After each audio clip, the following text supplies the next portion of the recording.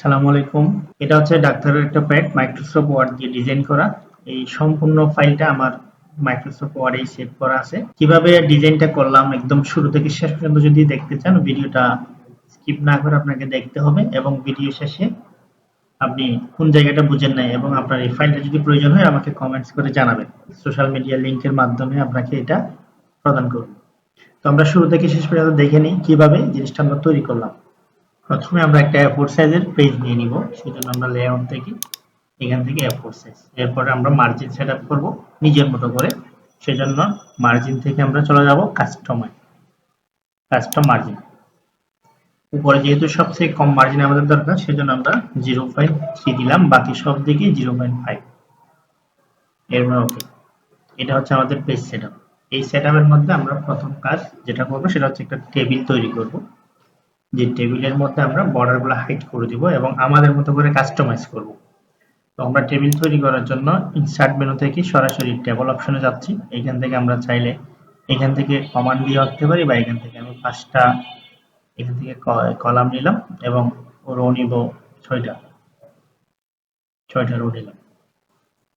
এরপর আমরা এই টেবল সেটিংটা আমি লেখার সাইজটা 12তে রাখলাম। সম্পূর্ণ লেখার মধ্যে 12 সাইজ হবে। এই যে এখানে যা লিখবো লেখার সাইজ হবে 12। এখন আমাদের যে কাজটা করতে হবে এই টেবিলটাকে একটু সাজিয়ে নিব আমরা। তো এখানে আমরা টেবিলের শুরু এবং শেষের দুইটা লাইন আমরা একেবারে পেজের বাইরে দিয়ে দিব যাতে আমাদের টেবিল লাইনগুলো দেখা না যায়। সেই জন্য আমরা প্রথমত টেবিলটাকে আরেকটু বড় করি। এই টেবিলটাকে সম্পূর্ণ মাঝখানে রাখার জন্য আমরা টেবিলের হোমে ক্লিক করে এই যে এখান থেকে সেন্টার করে দিলাম। এখন যদি আমরা এই যে কলামগুলোকে বড় করি ম্যানুয়ালি যদি এখান থেকে করি লেআউট থেকে ওয়েটটা আমরা বাড়িয়ে দিলাম। এই যে টেবলের দুই পাশের লাইনটা আমাদের পেজের খাবারের বাইরে চলে গেছে। তো এখন আমরা যেখান থেকে লেখাটা রাখবো সেখান থেকে আমরা এই যে লাইনগুলো রাখবো। লাইনগুলো কিন্তু থাকবে না, আমি জাস্ট বোঝানোর জন্য লাইনগুলো সেট আপ করে দেখাচ্ছি। এখানে এতটুকু থেকে লেখা হবে, এদিকে এতটুকু থেকে লেখা হবে, এতটুকু থেকে। এরপরে এখানে ড্যাশ লাইন যেগুলো দেখা যাচ্ছে সেগুলো হচ্ছে মার্জিন, সেগুলোও থাকবে না, আমরা জানি মার্জিন থাকবে না। এরপর আমরা আমাদের বাকি সেটআপটা করে নিব। প্রথমত এই যে এই কলামটা হবে এই পর্যন্ত। এরপরে এদিকে এখান থেকে এটাও ঠিক আছে, মানে মাঝখানে এই যে এতটুকুর মধ্যে গ্যাপ থাকবে। এই সাইডে আমাদের বাংলায় অ্যাড্রেসটা হবে, এদিকে একদিকে ইংলিশ একদিকে বাংলা। তো আমরা এখন প্রথম রো এর মধ্যে আমরা এটা এই সাইজের করে রাখবো, এর মধ্যে বাংলা অ্যাড্রেসটা লিখবো। এরপরে এখানে আমাদের এইজ নেম এগুলো থাকবে। এরপরে এখান থেকে আমাদের এই ডেসক্রিপশনের জন্য বড় জায়গা নিব। এরপরে এখানেও বড় জায়গা নিব ডেসক্রিপশনের জন্য, এখানেও বড় জায়গা নিব। এরপরে লাস্ট এটাতেও বড় জায়গা নিব এবং বড় জায়গাগুলা সম্পূর্ণ নেওয়ার পরে আমরা লাস্ট যেটা থাকবে সেটার উপরে আমাদের নিচের লেখাগুলা হবে। আচ্ছা, এখানে লেখাগুলা এটা ঘরটা আরো বড় করতে হবে, এটা আর একটু বড়। আশা করি এর মধ্যে আমরা আগে লেখাগুলো লিখে ফেলবো। তো এখানে টেবলটা থাকবে না, টেবলের সেটআপটা আমি কিভাবে পরিবর্তন করি শেষ পর্যন্ত দেখতে হবে। টেবল নিয়ে খুঁটিনাটি অনেক বিষয় আছে যেগুলো আমরা করলে অনেক সহজভাবে সুন্দরভাবে করতে পারবো। তো প্রথমে আমরা এখান থেকে লেখাগুলো লিখে ফেলবো। টেক্সটগুলো যেহেতু সবাই লিখতে পারি এই লেখাটা আমরা স্পিড করে দিচ্ছি।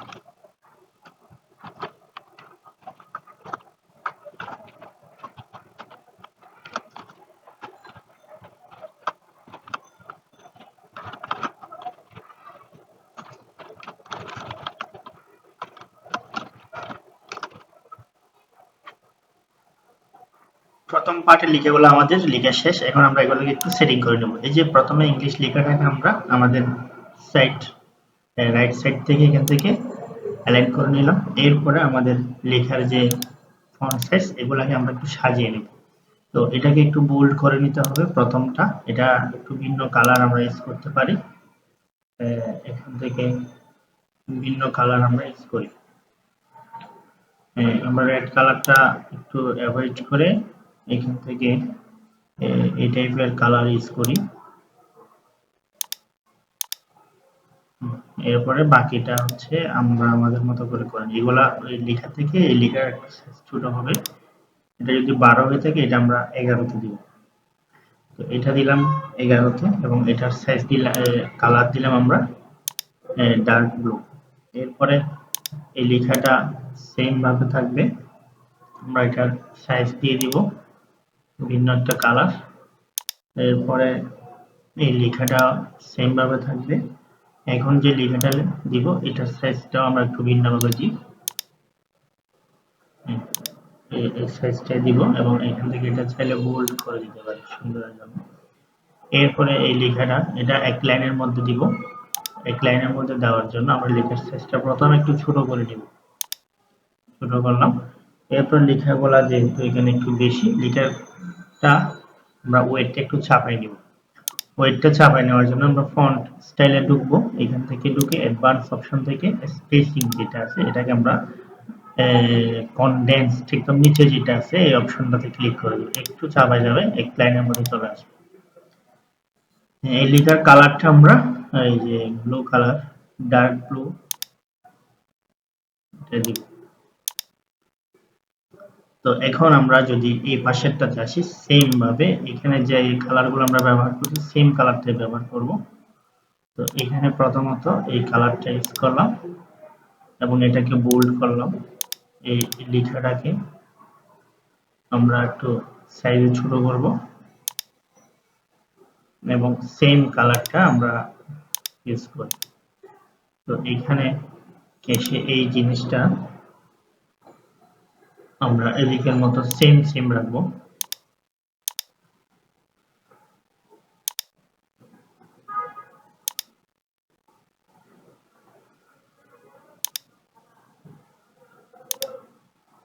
একটু ভিন্ন টাইপের কালার করে দিলাম সবকিছু। তো এখন আমরা এটাকে ধরি, এটাকেও সেম কালারটা দিয়ে দিই এবং এটাকে একটু বোল্ড করে দিই।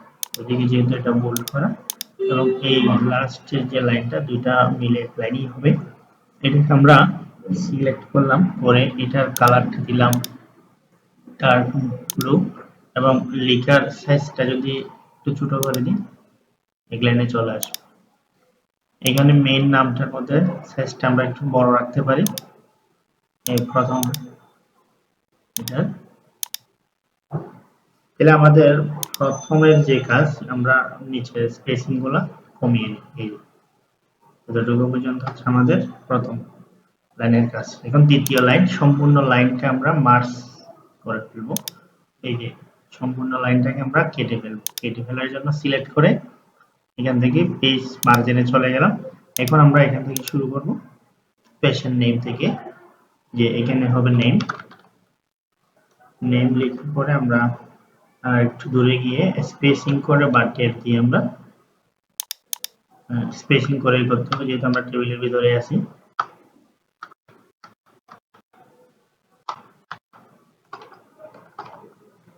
এখানে আমরা এইজটা বসাবো। এরপরে হচ্ছে এজ বসানোর পরে এখানে আমরা সেক্সটা বসাবো, লিঙ্গ। এরপরে আরেকটু পরে ওয়েট বসাবো, এরপর আরেকটু পরে ডেট। যদি ডেটটা বেশি ডান দিকে চলে যায় আমরা এদিকে একটু কমাই নিয়ে আসবো। এই সম্পূর্ণ লেখাটাকে আমরা এই লাইনে যা যা লিখছি সবগুলোকে আমরা এখান থেকে ইটালিক করে দিব, ইটালিক ফন্ট। তো এরপর আমাদের উপরের কাজটা আমরা যদি এইটুকু দেখতে পাই, ফাইল থেকে আমরা যদি প্রিন্ট প্রিভিউটা দেখি, এখানে দেখেন আমার যে লেখাটা। এখন আমরা টেবলটা করি নাই। আমরা এখানে সম্পূর্ণ টেবলটাকে যখন হাইড করে দিব, এই যে ডিজাইন মেনু থেকে সম্পূর্ণ টেবলটাকে হাইড করে দিই প্রথমত, নো বর্ডার। এখন যদি আমরা দেখি প্রিন্ট প্রিভিউ, তাহলে এটা হচ্ছে আমাদের প্রথম কাজ। তো এখানে প্রথম যে লাইন, যে নেমের, এটা আমাদের কোনো বাকি আছে, এই কাজটা আমরা করব। তো এখন আসি আমরা পরের কাজে।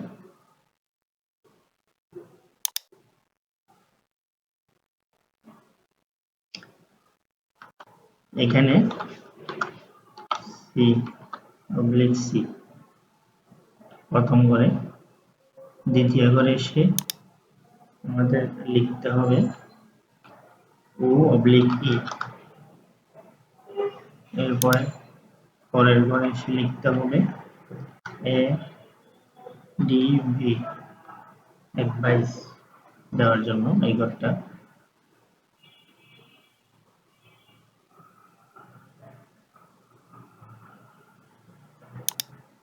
এডিভি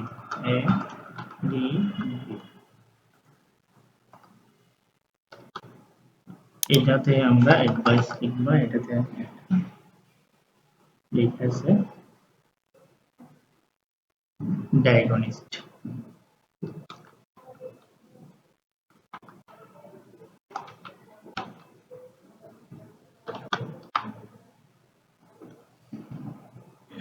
এই সবগুলা লেখার কালার হবে ডার্ক ব্লু।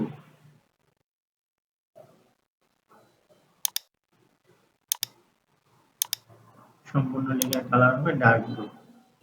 বা এটাকে বোল্ড করে দিতে পারি, বোল্ড না করে। এখন আমাদের পরবর্তী কাজ, এখানে নিচে যে এই ঘরের মধ্যে আমাদের কিছু জিনিস আছে, এখানে একটা জিনিস লিখতে হবে, কতদিন পরে দেখা করতে হবে সেটা। তো ওইটা আমরা একটা ড্যাশ লাইন দিয়ে এখানে লিখবো দিন, বাংলা ফন্ট করতে হবে।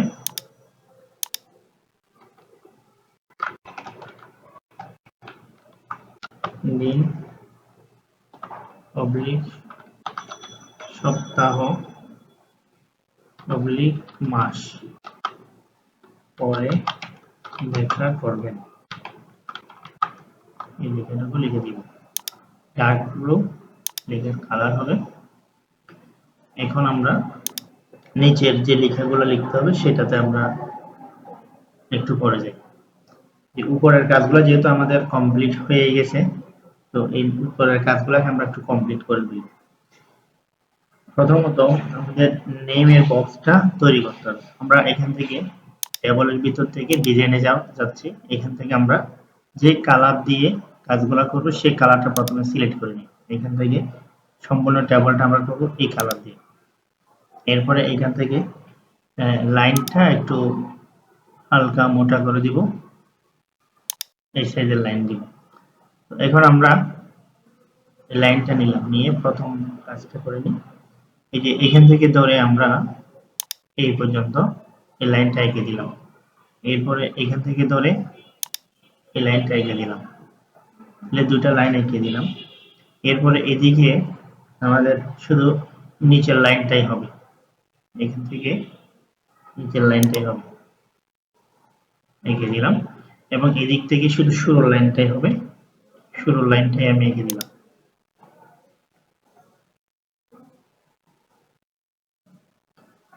তো এখন যদি আমরা একটু প্রিভিউটা দেখে আসি আমাদের কতটুকু হলো। ফাইল, প্রিন্ট প্রিভিউ, একটু জুম করে দেখি। এতটুকু হওয়ার কাজ আমরা করে ফেললাম। এই যে আমাদের প্যাডের ফরম্যাটটা চলে আসতেছে। এখন আমরা নিচের যে কাজগুলো বাকি আছে সেটাই আমরা করব।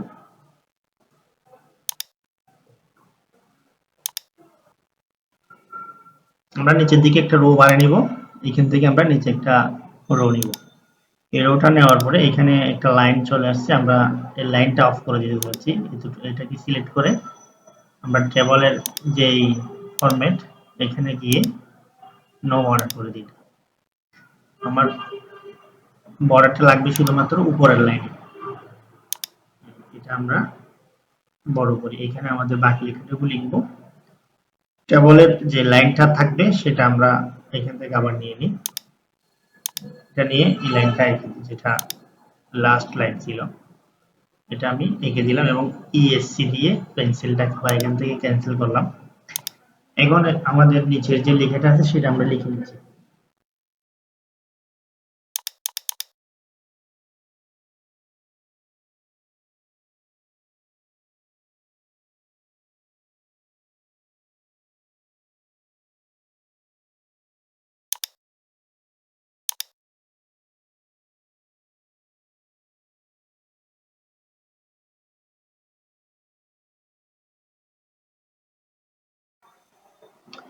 টেক্সট গুলো আমি লিখে ফেললাম। এখন টেক্সট গুলাকে একটু সাজিয়ে নিব, সেজন্য আমরা এই টেক্সট গুলাকে সিলেক্ট করে সেন্টার করে দিলাম এবং লেখাগুলাকে একটু বোল্ড করে দিলাম, বড় করে দিলাম। তো এখানে রোগী দেখার সময় এই লেখার ফন্ট কালারটা আমরা একটু চেঞ্জ করে দিই। সেম ভাবে এদিকের লেখাটাও আমরা মিলিয়ে এই যে এটাকে একটু বড় করে দিই এবং লেখার কালারটা চেঞ্জ করে দিই। আর বাকিগুলো যেভাবে আছে ওভাবেই থাকবে। তো এখন আমরা এটা সম্পূর্ণ একটা পেজের মধ্যেই রাখবো, সেজন্য আমরা এখানে একটু ফাঁকা থাকবে, এই যে ফাঁকাটা করে রাখলাম। উপরে মার্জিনের উপরে সব ঠিকঠাক আছে। এরপরে আমাদের এখানে গ্যাপগুলো বাড়াইতে হবে, এখানে লেখার যে গ্যাপগুলো এগুলো একটু বাড়িয়ে নিতে হবে।